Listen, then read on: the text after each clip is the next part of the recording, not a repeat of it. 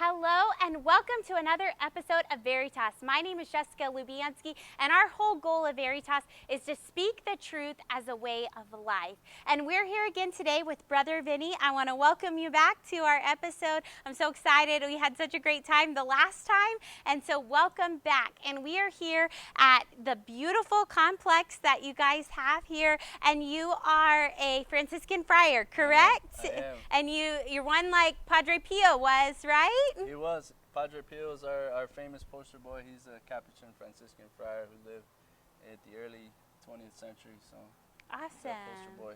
So who is he? One of your favorite saints? He is. He's up there on one of my.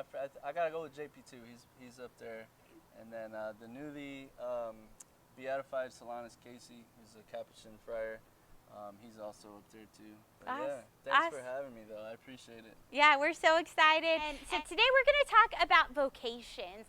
And the truth, a real hard truth in our world is that we really need more vocations, and not just to the priesthood and not to religious life, but we also need vocations to marriage and holy marriages. And so I have chosen the vocation to marriage, and I absolutely love being in that vocation. And that's, the vocation that we see the most. Right. How did you choose your vocation? So it's a very unique story, I think, because the Franciscans have been around for many ages, many centuries, and the Capuchin Franciscan friars were a reform of the original Franciscan friars, being founded in 1528, and our move was a reform back into the way of St. Francis, back into an original way of poverty, more simplicity, contemplation. And so I think growing up for me, it was there because I knew who Franciscan friars were. I knew what they were, and it came in.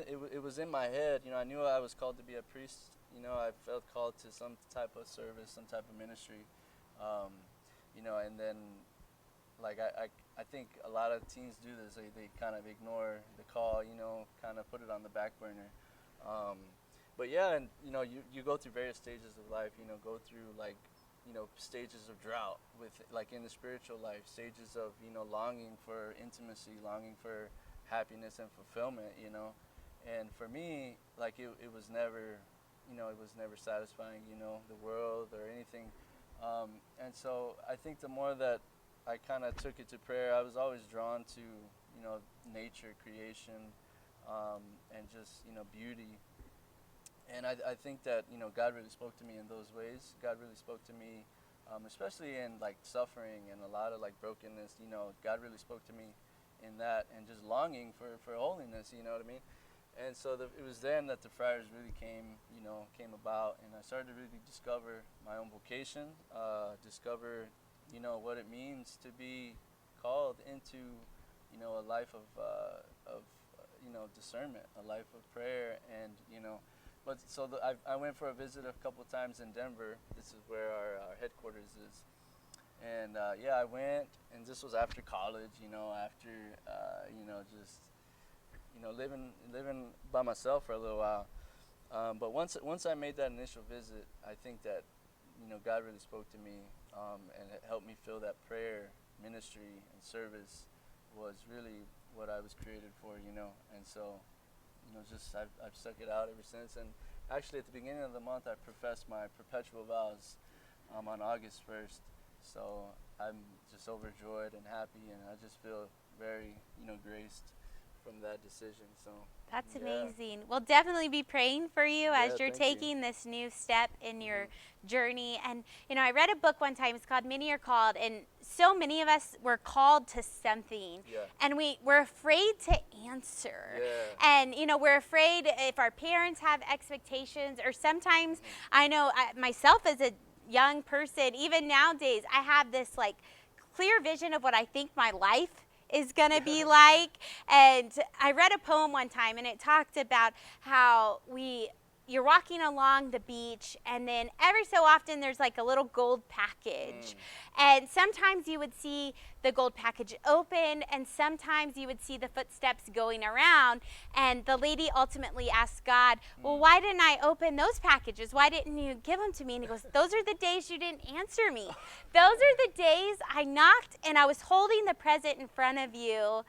And you didn't answer. And so I like how you said that, you know, it was a very process of discerning, because sometimes we're so quick to forget that we have to discern, and we let our fears and our thoughts and our unworthiness. You also talked about suffering. Sometimes we feel like our sufferings make us so unworthy. And St. Teresa of Calcutta, in her diary, she writes about how sufferings are often a trial of love by God. And so what advice would you have for maybe someone who's discerning or feels called by God to some type of vocation or religious life, or maybe something that's maybe not that's not in the norm, like maybe ministry life? What advice would you have for them? I would say if you feel in your heart that you're called to some type of ministry, some type of service, I would say don't be afraid. You know, those words from my favorite saint, JP2, right? He says, don't be afraid, very clearly.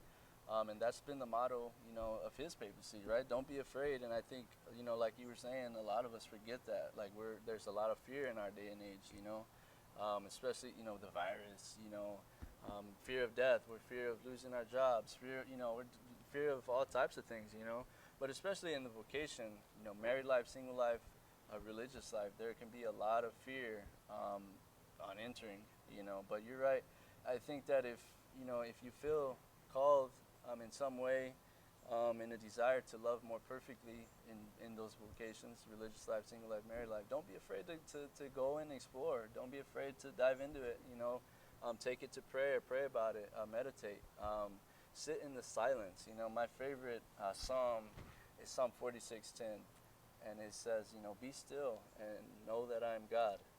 You know, and I think, especially our day and age, we forget that be still part, you know.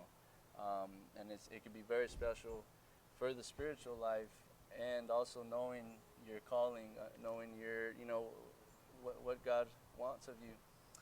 So yeah, that'd be my advice. Just be still, you know, take it to prayer, and don't be afraid, you know. Yeah.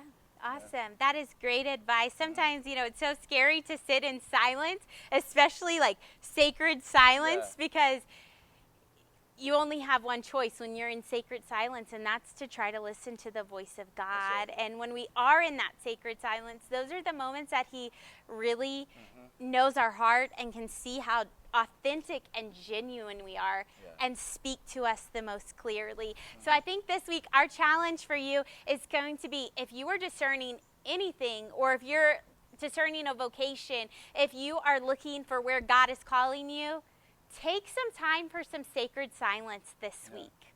Take some time to spend in prayer and see what God does for you, and see what truth He reveals to you this week. Welcome to VERITAS. This is another episode. For more videos like this, follow Today's Catholic on the YouTube account.